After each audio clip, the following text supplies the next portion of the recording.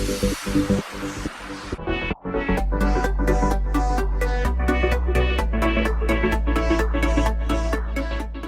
voudrais saluer l'ensemble des professionnels des médias du Bénin, saluer les patrons de presse qui se battent comme le jour et de nuit pour faire fonctionner leur organe de presse, saluer les journalistes qui, dans leur diversité, se battent pour que cette presse existe, malgré les difficultés, malgré les complications, malgré les tares, les avatars de notre corporation, malgré la fragilité existentielle, fragilité crasse qui frappe la presse et qui, malgré tout ça, eh bien, font vivre la presse béninoise et donnent un certain écho à la démocratie de notre pays.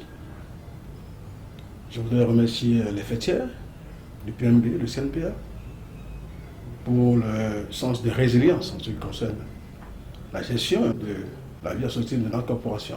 Les remerciements vont particulièrement aux deux structures qui organisent les élections cette fois-ci. La Sénat et son président, remercier la HAC et son président, qui mettent des bouchées doubles depuis quelques semaines déjà pour que ces élections aient lieu. Je remercie tout cet ensemble-là pour dire que je suis candidat.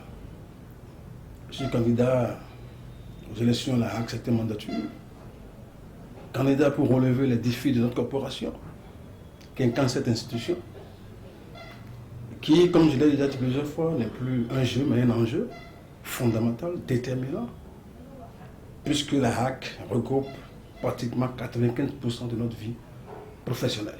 C'est la HAC qui, aujourd'hui, régit et régente systématiquement la vie des médias au Bénin. Et en cela, c'est une institution prestigieuse à laquelle nous devons participer de façon sérieuse, de façon holistique, en permettant à ce que les vœux, les besoins, les desiderata de notre corporation soient pris en compte par cette institution-là. Je suis candidat à ça. Candidat à ça en lien avec mes autres compatriotes, mes autres collègues conseillers qui émanent du champ politique, travailler ensemble pour qu'ensemble on puisse concevoir et bâtir cette corporation pour amener les changements fondamentaux, les changements déterminants, revoir complètement la superstructure de notre corporation parce qu'il est temps. J'y vais aussi pour essayer, peu ou prou, de mettre en chantier ou de mettre en valeur ou de dire de façon plus ou moins retentissante les désirs, les desiderata de notre corporation en ce qui concerne les réformes demandées par le chef de l'État. Et en cela, je voudrais remercier le chef de l'État qui depuis 8 ans n'a pas jeté un regard à concilier vers nous, mais qui s'est rebuffé et a décidé d'aller dans la condescendance en demandant ce que désormais il y a réforme de la presse. Et c'est cette réforme-là que, humblement, je voudrais aller faire cas au niveau de la HAC. La HAC, c'est aussi l'environnement économique. La HAC, c'est aussi la possibilité de donner à nos professionnels des médias la possibilité d'avoir une carte de presse qui nous ressemble, une carte de presse dont la délivrance doit être rapide, une carte de presse qui ne doit pas bénéficier d'autres conditions pour délivrer. Une carte de presse qui doit avoir les avantages et afférents, les avantages personnels, les avantages structurels, les avantages administratifs. J'y vais parce qu'aujourd'hui, la fragilité au niveau sanitaire est telle qu'il faut que nous puissions avoir la possibilité d'installer une police d'assurance propre des médias. La HAC le peut. Il n'y a que désormais, le fonds permettra à ce que tous ceux qui vont aller au fond puissent avoir la possibilité de tenir compte des procès des médias au niveau du volet social de leur projet. Parce que nous allons nous battre pour que aucun projet ne puisse aboutir sans le volet social, sans la prise en compte des procès des médias, sans le respect de la convention collective. Donc ce fonds va agir en cela. Ce fonds va aussi permettre aux entreprises de presse, sur la disposition de l'article 40, de bénéficier des allégements fiscaux. Nous allons nous battre pour que le guichet fiscal unique soit une réalité, pour que l'allègement au niveau de la douleur et des difficultés que les entreprises soient une réalité complètement derrière nous, se battre pour que, eh bien, cette entreprise-là retrouve leur existence réelle, pour qu'ils travaillent les professionnels des médias. Je voudrais aller pour essayer de conjuguer un peu au présent, au futur, la possibilité à ce que un journaliste professionnel doit travailler dans une rédaction professionnelle autorisée par la HAC.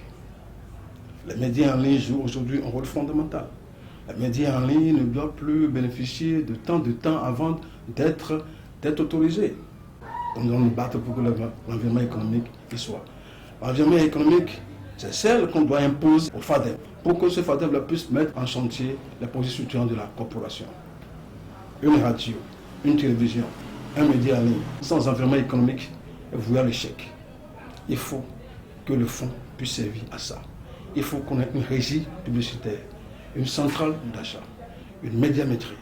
Il faut qu'on ait la possibilité d'avoir ce qu'on appelle une imprimerie nationale qui permet à ce que les journaux, les organes de presse puissent éditer avec un système de paiement différé. La centrale d'achat qui permet aux organes de presse de payer les bandes, les fongibles, les caméras, les plaques avec un système de paiement différé. Autant de choses qui sont possibles. Si par la grâce de Dieu, vous m'aidez à y aller. Si par la grâce de Dieu, vous posez votre vote sur le numéro 3 du bulletin unique, nous allons essayer d'y aller. Y aller aussi parce qu'il est fondamental que nous puissions jeter un coup d'œil au niveau de la réduction de certains coûts. Chers amis, ceci est possible ensemble avec les autres. Ceci est possible dans le dialogue, dans la concertation, dans le lobbying, dans la diplomatie.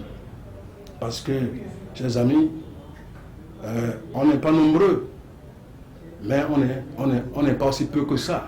On ne demande pas d'y aller pour aller nous reposer, mais on veut y aller pour travailler fondamentalement pour la population.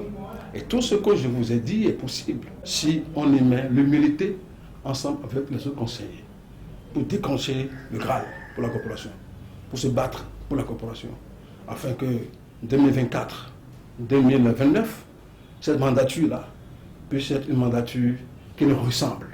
À vous, les journalistes, à vous, les photojournalistes, à vous, les graphistes, à vous, les destinataires de presse, à vous, les journalistes sportifs.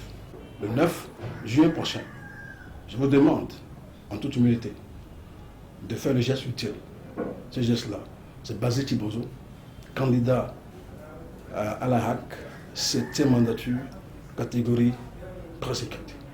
Nous pouvons, parce que vous me connaissez, je vous connais bien. Je suis dedans avec vous il y a déjà plus de 30 ans. La capitalisation de tous ces acquis-là peut servir. Et humblement, on peut le faire. Vous le savez bien. Moi, je crois en vous parce que j'ai la certitude que vous savez exactement distinguer le bon. Vous avez identifié l'évident. Vous savez exactement qui est qui dans ce pays, qui est qui depuis 30 ans à travailler pour la corporation. Je crois encore une fois qu'on peut gagner ensemble.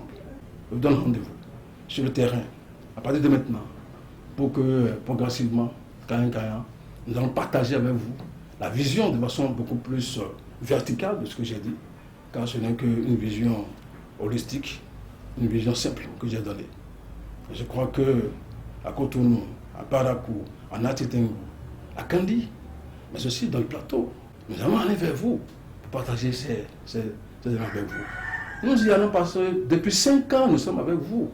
Donc, vous avez vu tout le temps, au niveau des associations, au niveau du CNP où j'ai été, la part de bénévoles que j'ai créée, pour ne pas du tout me déconnecter de vous.